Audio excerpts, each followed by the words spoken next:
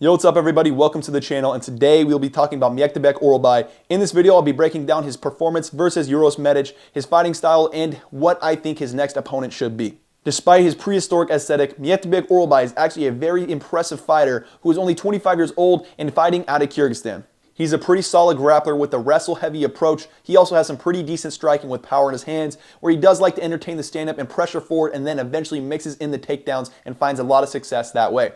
He also has very solid cardio with a good chin and recovery, and has some grit to him as well. He holds a record of 12 wins with 1 loss, and that 1 loss was to a very solid fighter who arguably should have a shot at the UFC, and that fighter is named Khalid Satouev, and Khalid Satouev is 13-0, has not lost a fight, and is now 29 years of age, and I truly do believe should at least get a shot on Dana White's Contender Series, or potentially just sign into the UFC himself. But that fight was 3 years ago. Myktybek Orolbai has improved a lot since that fight, and in that fight, he wasn't able to find the takedowns on Khalid Satouev, who has very good takedown defense, and Khalid was able to outstrike him for the majority of that fight. Since then, Mr. Orolbai has shown a lot of improvements in his game, especially in his most recent performance, which was his UFC debut against Uros Medic. His most recent performance versus Uros was so impressive to me because he took it on 4 days short notice up a weight class at welterweight when he's typically a lightweight, and ever since beating Uros Medic, he has said that he wants to fight at lightweight, which I really do love for him because as a grappler, you really do need as much strength as you can get, and he is undersized at the lightweight division. Excuse me, at the welterweight division. Early in round 1, he entertained the stand-up and was actually caught by a big shot from Uros, but he immediately recovered and found the takedowns and then ragdolled Uros for the rest of the round, and then in round 2, he got him back down to the ground and found the submission in round 2, which is actually exactly what I predicted. I thought Myktybek Orolbai would eventually find the takedowns and submit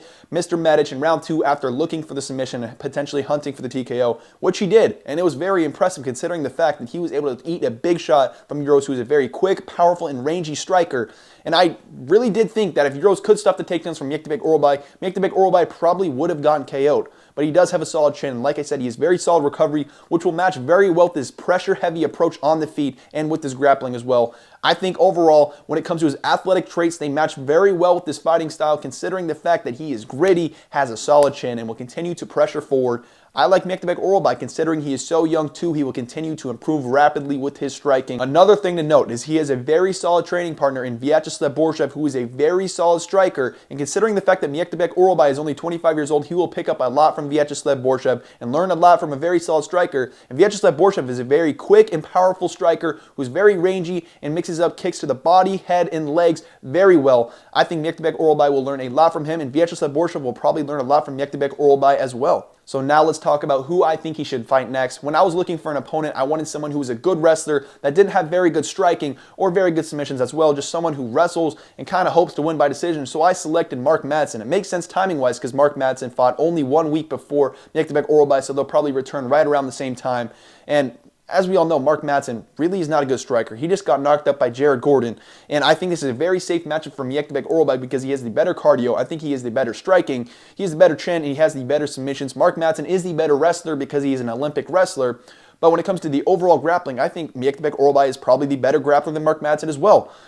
If we see Myktybek Orolbai be able to stuff the takedowns from a Mark Madsen, keep it on the feet, and knock him out, we would see a side to his game that we didn't really know about. And if Myktybek Orolbai is able to go out there and take down Mark Madsen and out-grapple him, that would say a lot, and that would probably show us that he is able to take down these guys that have very solid takedown defense, which that's what Mark Madsen has, right? I know Mark Madsen kind of is the sacrificial lamb, but he's probably going to get cut soon anyway, so might as well just give him a nice little matchup with Myktybek Orolbai. Will be back in the spotlight, potentially get some hype back on his name. Get a guy like him, someone that is a very good wrestler, but not good at anything else, to fight Myktybek, because I want to learn more about this guy. And this also does benefit the UFC because it will be able to show them how good Myktybek Orolbai is and if they really should put any promotion into this guy, which I think they should because he already has a pretty decent fan base just because of how unique he looks and just the fact that he is backing Kyrgyzstan, which is a country that doesn't have many UFC fighters in the first place. So in this matchup, my official prediction would be Myktybek Orolbai by round 1 KO. I think he could either stand it up, stuff the takedowns from Mark Madsen and keep it standing and knock him out there, or potentially take him down, or even if he gets taken down, potentially scramble, find the back, or get himself in a dominant position and TKO Mark there. He can potentially find submissions as well. He's live throughout all 3 rounds as he does have very good cardio, and Mark Madsen does tend to fade right around the end of round 2 and the end of round 3. So I'm pretty confident in him here. I think this matchup makes a lot of sense because we will learn a lot about him, and while at the same time, he gets a very safe and easy matchup for himself where he can build his hype. With that being said, that's going to conclude this video. Make sure to tune into my next video tomorrow, which is about UFC fighters that deserve more fans as my Thanksgiving special. Make sure to like and subscribe, and I will see you guys in the next one.